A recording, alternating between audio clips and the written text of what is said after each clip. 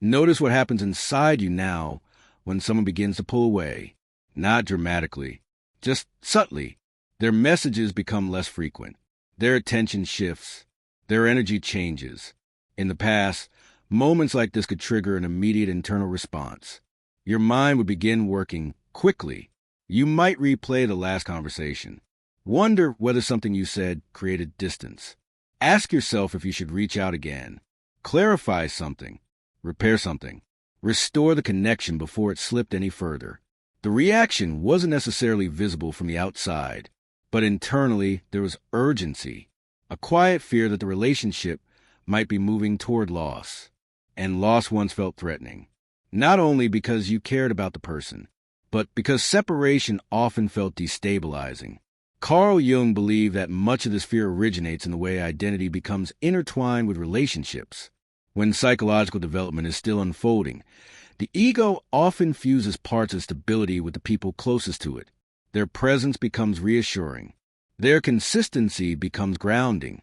Their attention becomes proof that the relationship, and by extension your place within it, is secure. This creates a powerful emotional bond, but it can also create vulnerability. Because when the stability of your emotional world partially lives in someone else, the possibility of losing them feels like losing part of yourself. That is why distance once carried so much weight. A delayed reply, a shift in tone, a change in routine. Each small signal could trigger the same question beneath the surface. Is something changing? And when the mind senses possible loss, it often moves into protection mode. You might try to reconnect quickly, explain things more carefully, be more accommodating.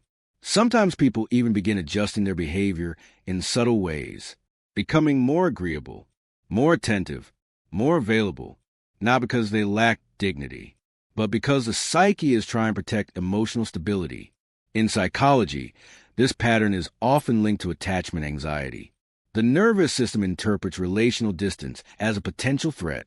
When that threat appears, the mind attempts to restore closeness.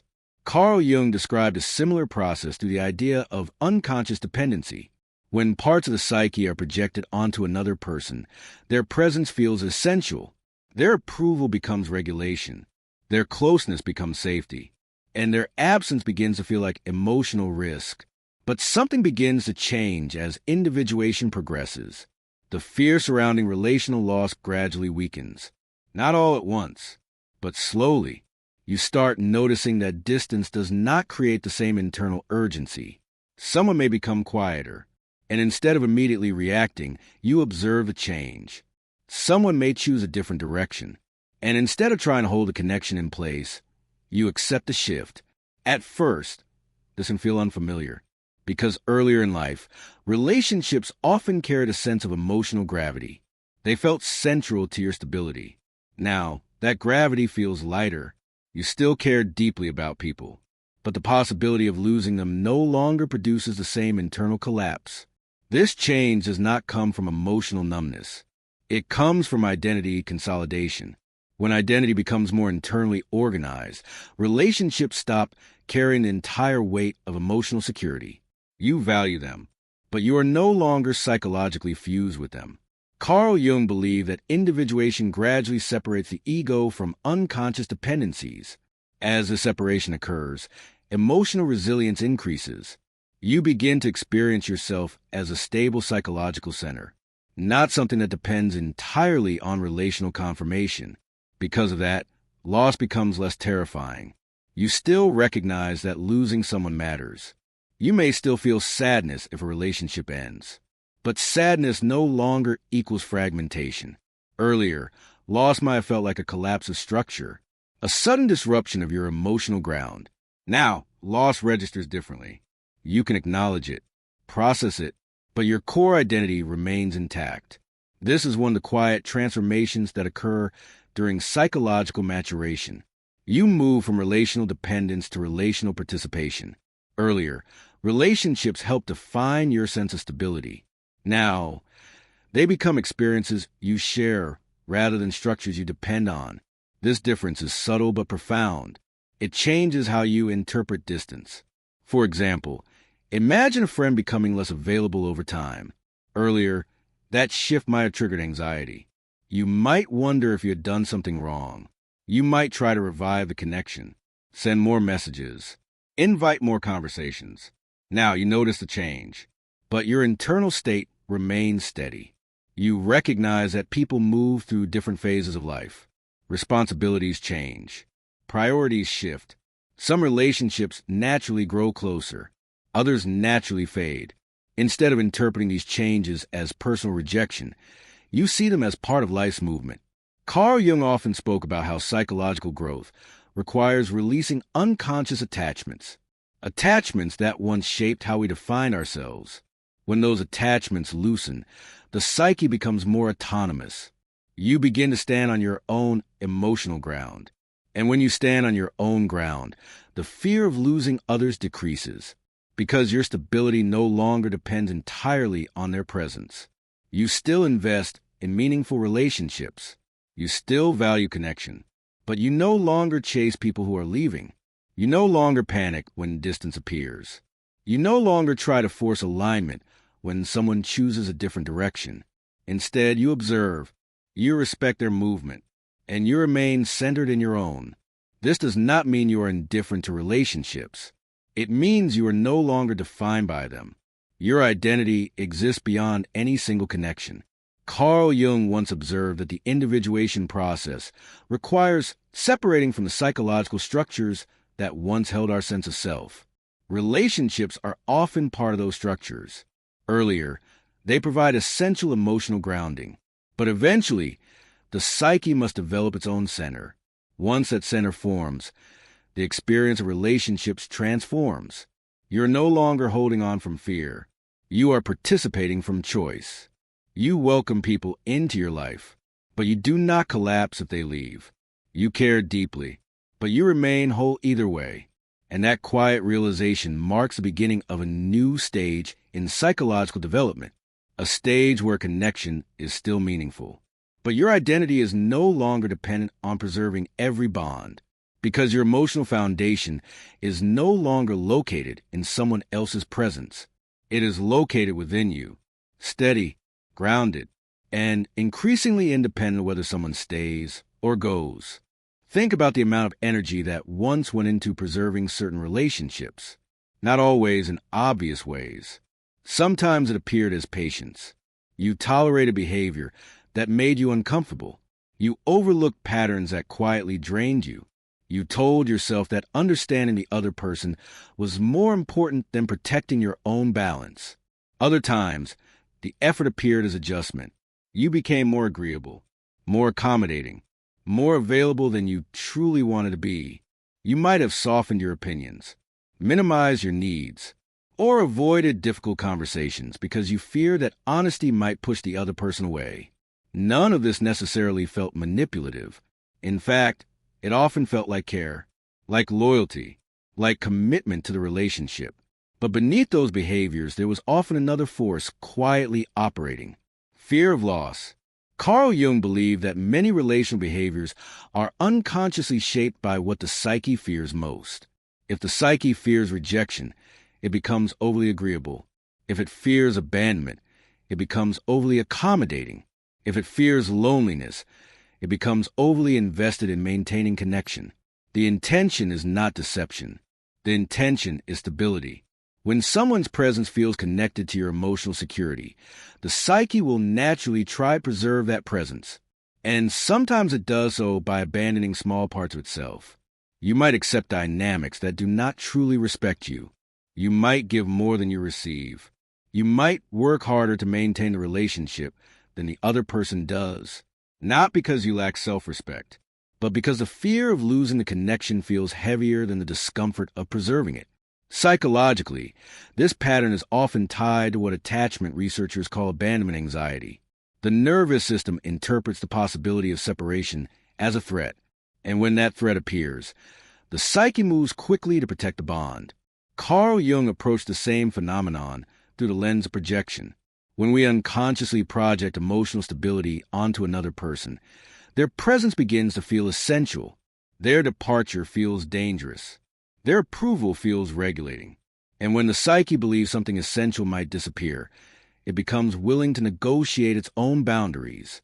But as individuation deepens, this pattern begins to change. You start noticing that your behavior in relationships becomes more balanced. You no longer feel compelled to overextend yourself to maintain someone's presence. You still care about the relationship, but you do not feel responsible for carrying it alone. For example, imagine someone gradually withdrawing their effort in a friendship. Earlier, you might have tried to compensate for that shift. You might reach out more frequently, suggest more plans, try to revive the energy that once existed. Part of you hoped that if you tried hard enough, the connection could be restored. Now the situation often unfolds differently. You notice the change in effort. You give the relationship space. You remain open if the other person reconnects. But you do not feel compelled to chase them. Not because you stop valuing the relationship, but because you recognize something that once felt difficult to accept. Connection must be mutual. Carl Jung believed that individuation requires reclaiming parts of the psyche that were unconsciously invested in external structures. Relationships can sometimes become one of those structures.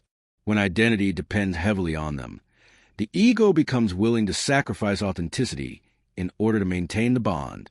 But when identity becomes internally grounded, authenticity begins to take priority over preservation. You stop adjusting yourself excessively to avoid someone leaving. You stop silencing your needs to maintain harmony. You stop negotiating your values in order to keep a connection intact. This does not make you rigid. You still compromise. You still empathize. You still care deeply about the people in your life. But you no longer believe that preserving every relationship is necessary for your emotional survival. And that belief changes your behavior in subtle but powerful ways. You speak more honestly. You set clearer boundaries. You allow relationships to evolve naturally rather than forcing them to remain the same. Sometimes this means that certain connections become stronger because honesty and mutual respect deepen trust.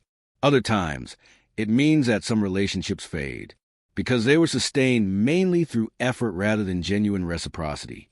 Earlier, that possibility might have felt frightening. Now it feels understandable. People change. Circumstances change. Paths diverge. Carl Jung often emphasized that psychological growth involves accepting the natural movement of life. Holding on to everything indefinitely is not a sign of strength. Sometimes strength appears in the ability to let life unfold without trying to control every outcome. This realization can transform how you experience relational distance. Instead of interpreting distance as failure, you see it as information. Information about alignment, about priorities, about whether the connection still supports both people involved. If it does, it continues naturally. If it doesn't, forcing it rarely restores what has changed. When this understanding settles into your psychology, a new type of calm begins to appear. You no longer feel responsible for preventing every loss. You no longer measure your value by whether someone stays. You simply participate in relationships with openness and honesty. And if someone chooses a different direction, you respect that movement, not because you stop caring, but because you trust something deeper now. You trust that your identity is not built on preserving every connection. It is built on remaining aligned with who you truly are. Carl Jung believed that individuation requires learning to stand in one's own psychological ground. That ground becomes your center. Relationships may enrich your life, but they are no longer the structure holding your identity together. When you stand from that center, you can offer genuine connection, but you no longer negotiate your authenticity in order to avoid loss. You allow relationships to exist freely. You allow people to stay because they want to, and if they leave, you allow that as well, because the stability you once tried to preserve through relationships now exists somewhere deeper, within your own integrated self. And from that place, connection becomes something very different. Not something you cling to, but something you share, without fear that losing it will cause you to lose yourself. Picture a moment that once would have felt unbearable. Someone you care about begins to move in a different direction. Maybe the conversations become shorter. Maybe their priorities shift. Maybe the relationship slowly changes shape until it no longer occupies the same place in your life. Earlier in life, Moments like this could feel deeply destabilizing, not simply disappointing, but disorienting, because when a relationship carried part of your emotional structure, the thought of losing it felt like losing part of yourself. The mind would search for explanations. What changed? What did I do wrong? Is there something I can repair? Often, the first instinct was not acceptance. It was restoration, trying to recover the closeness that once existed, trying to protect the bond from fading, trying to bring the relationship back to what it used to be. This reaction is extremely common. Human beings are wired for attachment.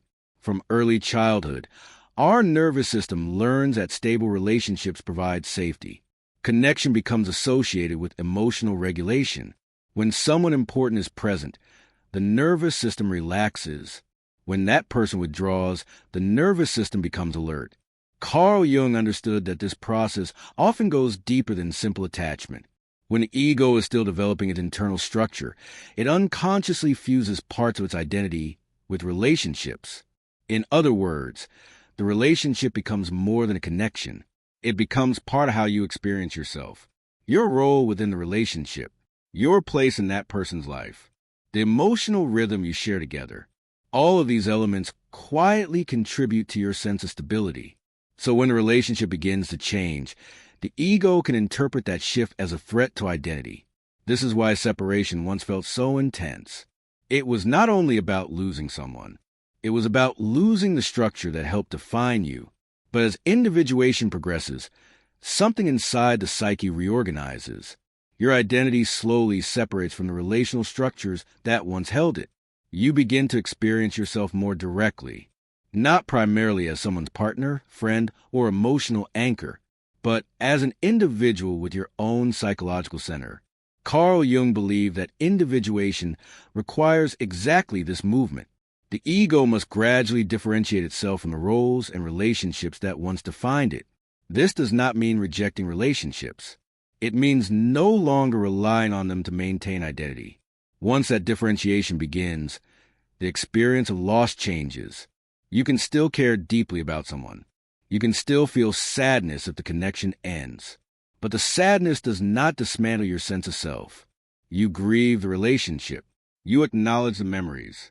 But your identity remains intact. This is why psychological maturity often brings a new relationship with endings. Earlier, endings felt like failure. You might have interpreted them as evidence that something went wrong, that you were not enough, that the connection should have been preserved somehow. Now, endings begin to look different. You recognize that not all relationships are meant to last indefinitely. Some exist for specific phases of life.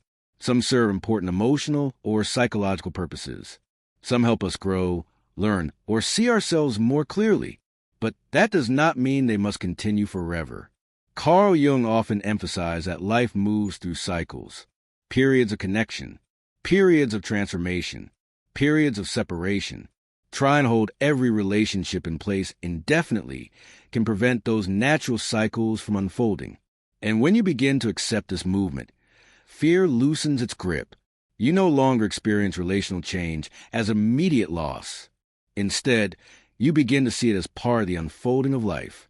People grow, circumstances shift, paths diverge, and sometimes letting someone move in a different direction becomes the healthiest outcome for both people involved.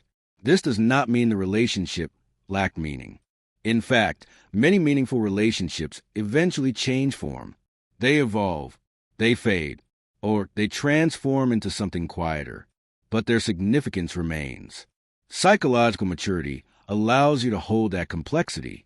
You can appreciate what existed without trying to force it to remain unchanged. Another important shift happens in how you interpret someone choosing to leave. Earlier, their departure might have felt like a judgment.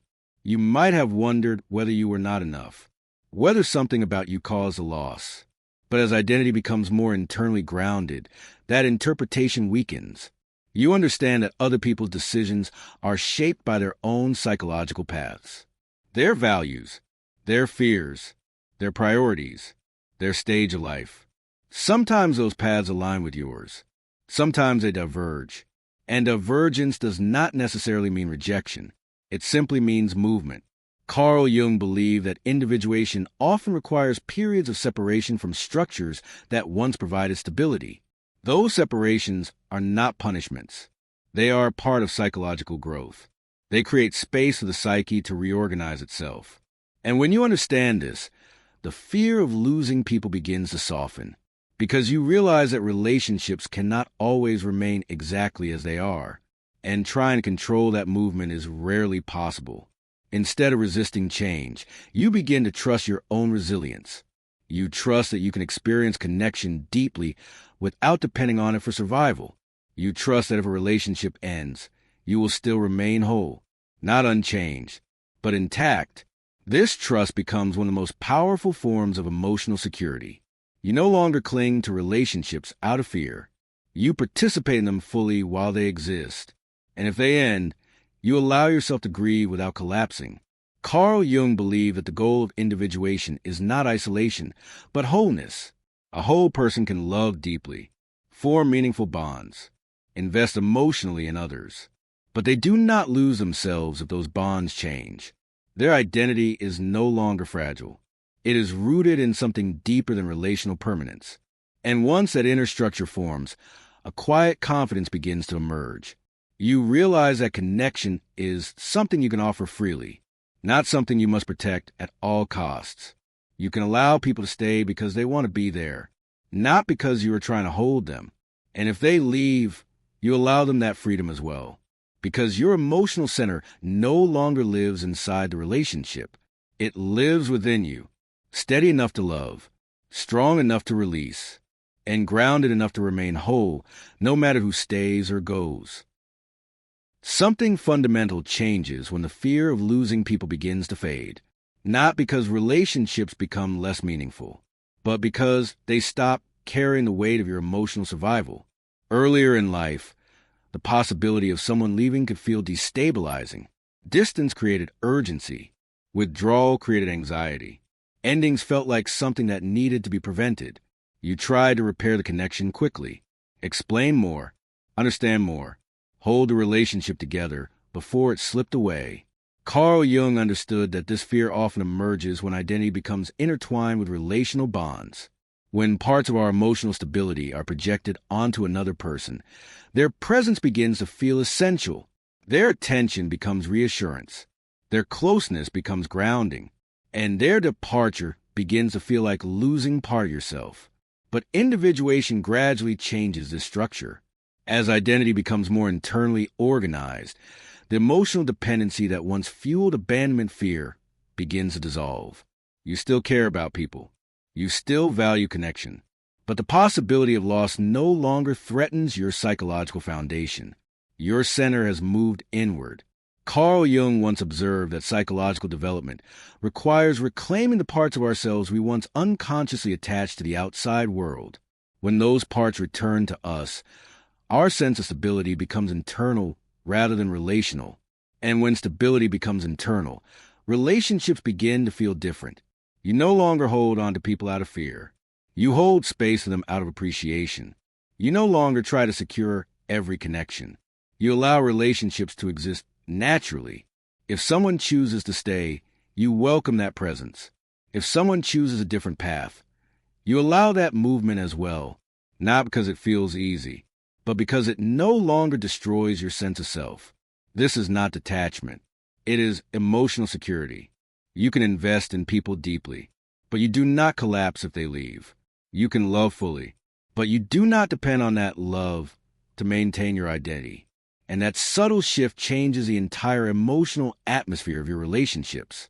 Connection becomes freer, less pressured, less driven by fear, because you're no longer asking others to hold together the structure of who you are.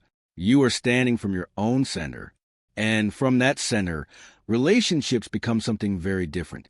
Not something you must preserve at all costs, but something you share while it exists. And that perspective allows you to experience connection in a way that is both deeper and more peaceful. Before we close, reflect on something honestly. When you imagine someone leaving your life today, what happens inside you?